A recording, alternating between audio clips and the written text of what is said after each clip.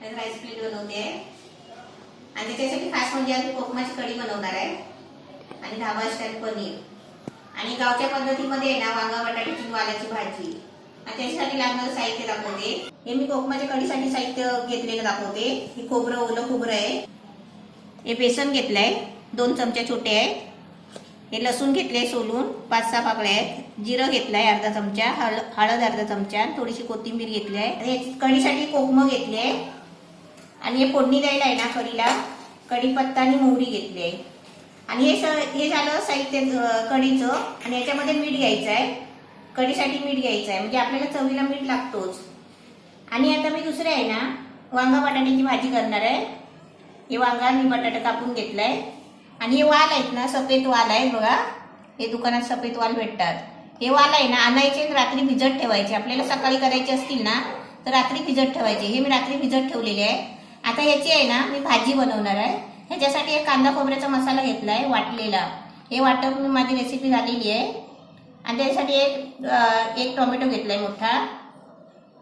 त्याच्यामध्ये हे बाकीचे मसाले सगळे घ्यायचे, अद्रक लसूणची पेस्ट घ्यायची आहे, गरम मसाला घ्यायचा आहे, धना पावडर, मीठ, मिरची मसाला हे सर्व घ्यायचंच आहे। आता मी याला पनीर बनवणार आहे, ढाबा स्टाईल पनीर बनवणार आहे। त्यासाठी हा पनीर आणलाय 200 ग्राम आहे। हा खडा मसाला घेतलाय, तेजपत्ता, लवंग, दालचिनी, काली मिरी हे सगळा खडा मसाला घ्यायचा असा। कसुरी मेथी घेतली आहे, अद्रक लसूणची पेस्ट, धना पावडर, मीठ, जिरं, हळद आणि मिरची मसाला, कांदा, टोमॅटोची पेस्ट, हे दही 4 चमचे घ्यायचं आहे आणि कोथिंबीर घ्यायची आहे। यात असं सर्व तुम्हाला साहित्य दाखवलं आहे आणि भात करणार आहे। आता भात रोज बनवते ना म्हणून आज मी तांदूळ दाखवले नाही, भात बनवणार आणि चपात्या करणार आहे। आता हे पहिलं आहे ना तुम्हाला गॅसकडे जाऊन आहे ना करून दाखवते, त्याच्या आधी कढीचं वाटप बनवून घेते आणि तुम्हाला डायरेक्ट आहे ना गॅसवर करून दाखवते। हे कढीचा मसाला आहे ना पहिला वाटून घ्यायचा।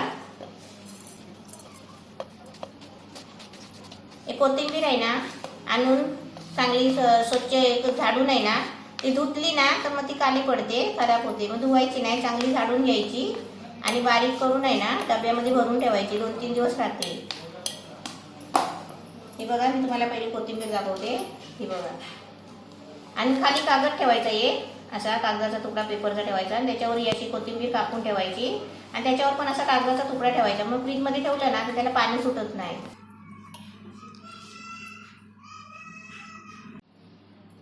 आता मसाल्यामध्ये आहे ना कढीच्या बेसन पण घ्यायचा म्हणजे थोडासा घट्टपणा येण्यासाठी।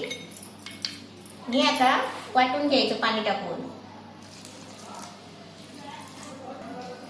आता हे वाटून मसाला घेतला ना की नंतर आहे ना कोकम शिजवून घ्यायची आहे, कोकमाचा ज्यूस काढून घ्यायचा आहे। आता मी कुकरमध्ये आहे ना पहिले वाल 2 शिट्या करून घेते, म्हणजे वाल आहे ना पहिले शिजवून काढले ना मग ते वांग्याबरोबर आहे ना वांगी मध्ये जास्त शिजत नाही। आता वांग्याबरोबर एकदम वाल शिजायला टाकले ना की वांगा आहे ना एकदम पिघलून जातो शिजून। 1 ग्लास पाणी ओतलंय आणि हे आता 2 शिट्या करते, 2-3 शिट्या करायचे। तिकडे वाल ठेवले, आता इथे कोकम शिजायला पाणी ठेवलंय, त्याच्यामध्ये कोकम टाकते। मी कोकम पण आहे ना शिजवून घ्यायची, त्याचा ज्यूस घ्यायचा फक्त। शिट्या झाल्या आहेत, वाल शिजले। आता मी याच्यावर आहे ना आणि हे कोकम पण शिजले। आता मी पहिली आहे ना कोकमाची कढी घालते, आता त्याच्यामध्ये तेल टाकते। आता तेलामध्ये आहे ना मोहरी टाकते, मोहरी चांगली तडतडली ना मग त्याच्यानंतर कढीपत्ता टाकायचा। आपण तेलामध्ये मोहरी टाकली ना तर त्याच्यावर झाकण ठेवायचा आणि आता मोहरी तडतडली ना मग त्याच्यामध्ये कढीपत्ता टाकायचा। कढीपत्ता टाकल्यावर पण असं झाकण ठेवायचं ना तर ते अंगावर उडतं। आता याच्यामध्ये आहे ना हा मसाला वाटलेला तो ओतते, असं फोडणी देता नाही ना असं लगेच टायमाने झाकून मारायचा।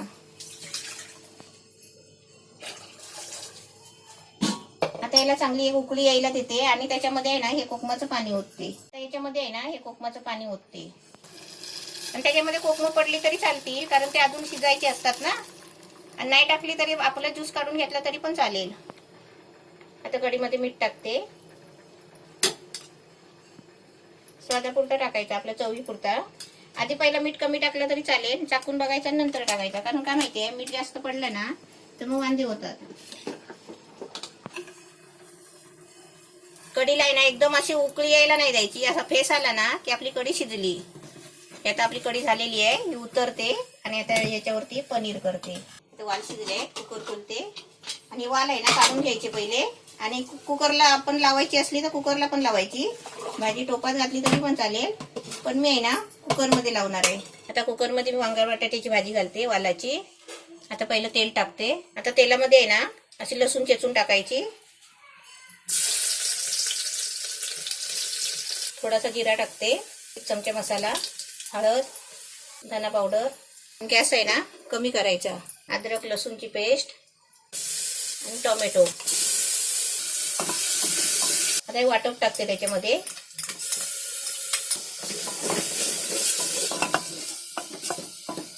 आता वांगी बटाटे टाकते आणि वाल टाकते. ते वाल शिजलेले आहेत ना ते ओतते त्याच्यामध्ये टाकते सर्व. चवीपुरतं मीठ.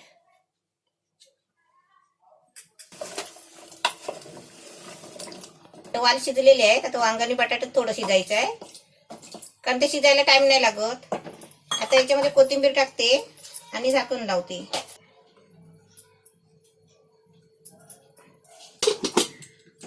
चांगले 3 शिट्या काढायचे.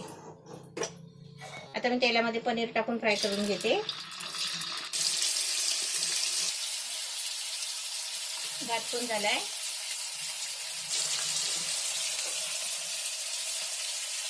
फ्राय झाले, आता काढून घेते. आता याच्यामध्ये गरम मसाला टाकते, खडा मसाला, जिरा. आता याच्यामध्ये कांदा टाकते. आता कांद्यामध्ये आहे ना टोमॅटोची पेस्ट टाकते. 2 टोमॅटोची पेस्ट आहे. आता याच्यामध्ये अद्रक लसूणची पेस्ट टाकते. आता त्याच्यामध्ये मसाले टाकते. हळद, गरम मसाला, धना पावडर. 4 चमचे दही टाकते.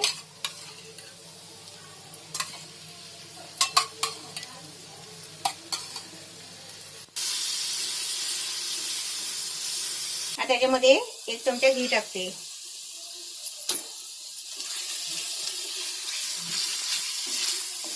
आता याच्यामध्ये ना थोडं पाणी टाकते, म्हणजे ग्रेव्ही शिजण्यासाठी.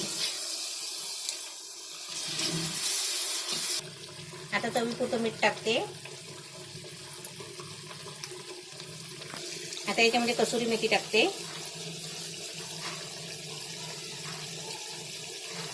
ग्रेव्ही छान झाली आहे. आता त्याच्यामध्ये पनीर टाकायचं आहे.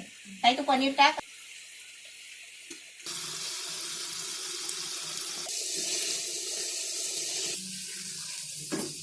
आता पनीरची भाजी एकदम तयार झालेली आहे. ताई पनीर टाकला. आता मी कोशिंबीर बनवते आणि तुम्हाला ताट भरून दाखवते. कोशिंबीर पण आपली मस्त रेडी झालेली आहे. आता चपात्या करते आणि तुम्हाला ताट वाढून दाखवते.